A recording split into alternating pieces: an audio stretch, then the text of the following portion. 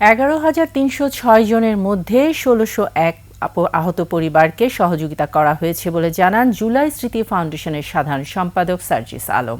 তিনি বলেন, এই মাসে শহীদ পরিবারকে সরকার ঘোষিত 30 লাখ টাকা আর্থিক সহযোগিতা করা হবে। আহত অনেকেই এই আন্দোলনে সম্পৃক্ত নয়, তারপরেও সুযোগ সুবিধা নিতে এসেছে এমন অভিযোগও রয়েছে বলে জানান তিনি। জুলাই স্মৃতি ফাউন্ডেশন ব্যাংকে বর্তমানে জমা রয়েছে 109,20,23,000 টাকা।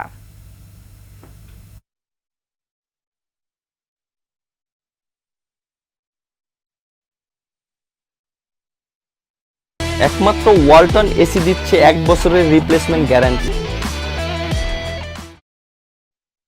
এখন পর্যন্ত আমাদের ফাউন্ডেশনে আর্থিক সহযোগিতা এসেছে 109,20,00,000। আমরা আমাদের জায়গা থেকে এখন পর্যন্ত আর্থিক সহযোগিতা প্রদান করেছি আমাদের যারা শহীদ পরিবার এবং আহত রয়েছেন তাদেরকে আমাদের জায়গা থেকে 47,32,00,000।